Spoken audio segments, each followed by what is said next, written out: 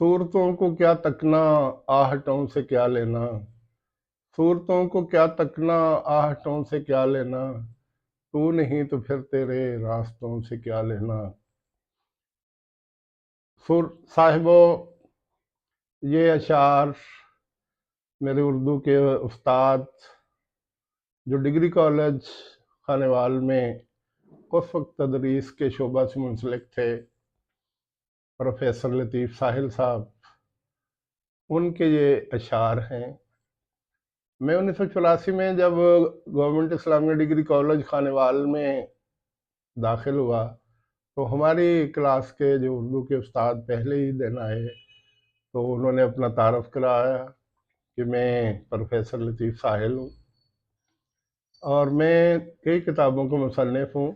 میری پہلی کتاب خواب جزیرہ دل چھپ چکی ہے اور دوسری پائپ لائن میں ہے۔ ان کے پڑھانے کا انداز بہت اچھا تھا۔ میں 9th اور 10th میں اپنے چچا سید محمد ابراہیم شاہ صاحب سے بہت اچھے انداز میں اردو پڑھ کے گیا تھا، تو وہاں جب پہنچا تو میری وہ صلاحیتیں ان کے زیر سایہ پالش ہوتی چلی گئیں۔ میں نے ان سے شاعری سیکھنے کی کوشش کی اور نثر بھی۔ میں شاعری میں تو شاعری کے کوچے میں تو میرا قدم نہ اٹھ سکا، البتہ نثر کے باب میں نے ماشاءاللہ کچھ نہ کچھ کیا، اور میری چھپنے والی 5 کتابیں اس چیز کی گواہ ہیں کہ مجھے اچھے اساتذہ نے ٹریننگ دی اور ان کی صحبتوں سے فیض حاصل کرتے ہوئے میں نے یہ کام پائے تکمیل تک پہنچایا۔ تو میں بات کر رہا ہوں کہ پروفیسر لطیف ساحل 2 سال ہمیں فرسٹ ایئر اور سیکنڈ ایئر میں اردو پڑھاتے رہے، اور اتنے اچھے انداز میں انہوں نے ہمیں شاعری پڑھائی، نثر پڑھائی کہ دل خوش ہو جاتا تھا۔ کبھی دوسرا پیریڈ مس ہو بھی جاتا تو ہم اردو کا پیریڈ کبھی مس نہیں کرتے تھے، اور بہت اچھے نمبر لے کے ہم پاس ہوئے۔ پھر 1987 میں ان کا تبادلہ اسلامیہ کالج ریلوے روڈ ہو گیا اور پھر ان سے رابطہ کٹ گیا۔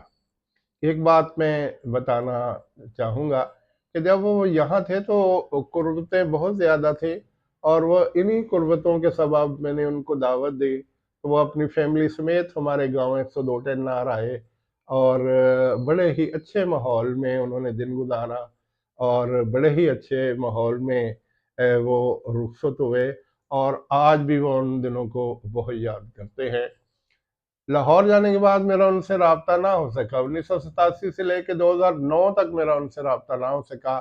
پھر پروفیسر عبدالستار صاحب جو ہمارے گاؤں کے نمبردار بھی ہیں اور سکول اینڈ کالج جٹیال گلگت کے وہ وائس پرنسپل رہے، ان کے تھرو مجھے ان کا فون نمبر ملا، اور میں نے ان سے اتفاق لاہور میں آمنہ پارک میں اپنے کزن سعید ابو بکر شاہ کے پاس بیٹھے ہوئے فون کیا تو وہ کہنے لگے کہ ویسے تو میں شاہدرہ ٹاؤن لاہور میں رہتا ہوں، لیکن اس وقت میں آمنہ پارک میں اپنے عزیزوں کے پاس بیٹھا ہوا ہوں۔ میں نے کہا اتفاق سے میں بھی یہی بیٹھا ہوا ہوں۔ تو کہنے لگے اگر گاڑی ہے تو ٹھیک، ورنہ ہمارے ساتھ ہی آ جائیے۔ میں نے کہا نہیں، الحمدللہ میرے کزن کے پاس گاڑی ہے تو کہنے لگے آپ 9 بجے شاہدرہ ٹاؤن آ جائیے، تو ہم 9 بجے وہاں پہنچ گئے۔ تو بڑے اچھے انداز میں ملاقات ہوئی۔ جب وہ خانوال میں تھے تو بالکل ینگ تھے، اور ان کا پڑھانے کا انداز، ان کا چلنے کا انداز، ان کے بہت سے انداز ایسے تھے جن کو بچے فالو کیا کرتے تھے، لیکن اب وہاں ان کے چہرے پر سفید داڑھی تھی اور کافی وہ چینج ہو چکے تھے۔ میں نے پوچھا تو کہنے لگے میری والدہ کی جب وفات ہوئی تو اس کے بعد میں نے داڑھی رکھ لی۔ اب ان کے بچے عامر لطیف اور حامد لطیف ماشاءاللہ بڑے ہو چکے تھے۔ ہم رات 1 بجے تک ان کے پاس رہے۔ ان کی اہلیہ محترمہ ذرا بیمار تھیں، وہ فکر مند تھے خود بھی، اور وہ خود بھی فکر مند بھی تھیں، اور ہم ان سہانے دنوں کو یاد کر رہے تھے جب وہ خانوال میں تھے، اور میں اکثر عصر کے وقت ان کے پاس جایا کرتا تھا، اور وہ بھی بڑے خوش ہوتے اور میں بھی بہت اپنے آپ کو خوش نصیب کہتا کہ اتنی اچھی فیملی کے ساتھ میرے تعلقات ہیں۔ بہرحال ہم 1 بجے تک ان کے پاس رہے اور واپس آ گئے۔ بعد کے سالوں میں انہوں نے ریٹائرمنٹ بھی لی اور ان کے بچے ماشاءاللہ پڑھ گئے. حامد الطیب ماشاءاللہ پی ایچ ڈی ڈاکٹر ہے. فزکس کے میدان میں اس نے بہت نام پیدا کیا اور پاکستان کی طرف سے سپارکو کے وہ ممبر ہیں اور خلائی سیارے جو بھیجے جاتے ہیں اس ٹیم کے وہ ممبر ہوتے ہیں. ان کی اہلیہ بھی ماشاءاللہ فزکس کے میدان میں پی ایچ ڈی کر رکھی ہے اور دونوں پہلے گورنمنٹ یونیورسٹی لاہور میں پڑھایا کرتے تھے، اب کسی اور کالج میں پڑھا رہے ہیں اور بڑے اچھے انداز میں رہ رہے ہیں. پروفیسر لطیف ساحل صاحب نے بعد میں شاعری جاری رکھی اور آج بھی ان کا یہ سلسلہ جاری ہے. ان کے چھوٹے بیٹے عامر لطیف ان کے ساتھ ہی رہتے ہیں اور ان کی اہلیہ کی وفات کے بعد بہت اداس رہے، پھر انہوں نے دوسری شادی کر لی اور آج کل بڑی اچھی زندگی گزار رہے ہیں. بہرحال اپنی پہلی اہلیہ کو وہ ہر دوسرے تیسرے لفظ کے بعد یاد کرتے ہیں اور یاد کرنا چاہیے کیونکہ ان کے بہت اچھے دن گزرے تھے. کچھ عرصہ پہلے ان کی گاڑی چوری ہو گئی اور وہ تھوڑے سے پریشان ہوئے، لیکن آج بھی ان کی صحت بہت اچھی ہے. 70 کے قریب ان کی عمر ہے لیکن وہ 40 پلس دکھائی دیتے ہیں. آج بھی وہ بائک پر لاہور میں پھرتے ہوئے دکھائی دیتے ہیں یا ان ڈرائیو پہ یا اپنی گاڑی پہ وہ چلتے پھرتے دکھائی دیتے ہیں.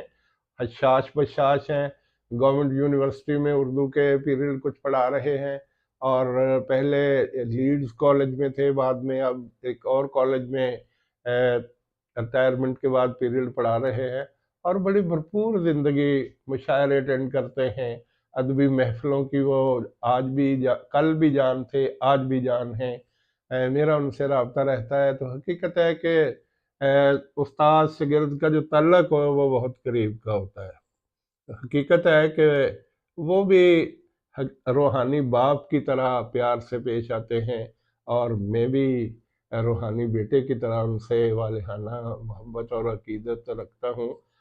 کچھ عرصہ سے ان کو دل کا عارضہ ہے، 2 سٹینٹ ڈل چکے ہیں، ان کو کڈنی کا پرابلم ہے، لیکن اس کے باوجود ان کی صحت بظاہر بہت اچھی ہے اور بڑے ہی اچھے انداز میں زندگی کے دن گزار رہے ہیں.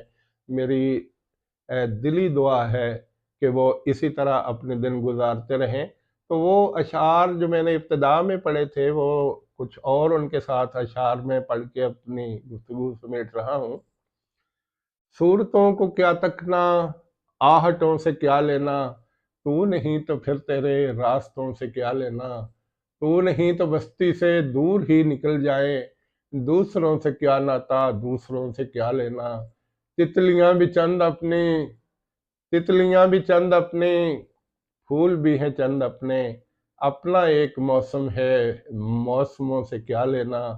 اور آخری قطعہ ہے کہ دوستوں سے دوستی کا مانگی صلہ کیوں کر، اے دوست دوست ہوتے ہیں، اے دوستوں سے کیا لینا. والسلام.